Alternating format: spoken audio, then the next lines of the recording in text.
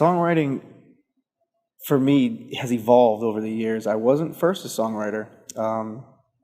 I've been a singer growing up, really my whole life. As a kid, I come from one of these families with parents who did music and brothers and sisters who did music, and I was just one of those kids that got up and sang and hung around with my older brother, and he really taught me about music, taught me how to play instruments and harmonize and sing.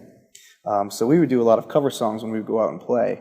But it wasn't until college, really, that I started listening to specifically country music, Garth Brooks, Alan Jackson, George Strait, that I fell in love with this style of music and really started listening to what the songs were saying.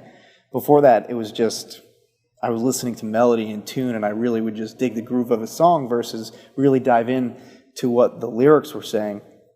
And I remember hearing those songs of Garth back in the mid-'90s or so, and I felt like those songs were just talking to me, just like you guys probably thought the same thing.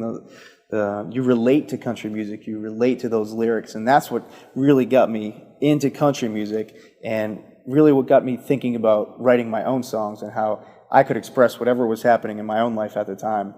And that was college for me, so there was a lot of ups and downs and love and lost and things like that. But that was really where I first wrote my first song was in college. I was probably a sophomore in college at the time, and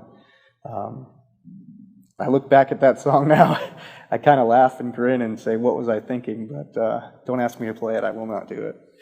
But that's where it all got started, I would say, and hopefully it's just evolving over time. He said, son, come sit down. So when I first started songwriting, looking back, the songs were not good. Let's just leave it at that. No, I'll expand on that. When I first started writing, it was all about trying to sound like what was on the radio. I wanted to sound like Garth, or at the time, Dave Matthews and Matchbox 20. I was trying to emulate what I heard on the radio, which I think we still do today, but I didn't have any depth in what I was saying. My lyrics were all over the place, and they really didn't have focused meaning. And looking back at that now, I think that's a huge difference from a beginner songwriter to a more seasoned or advanced songwriter is, of course, as you look deeper in depth into that lyric, they're focused and they tell a specific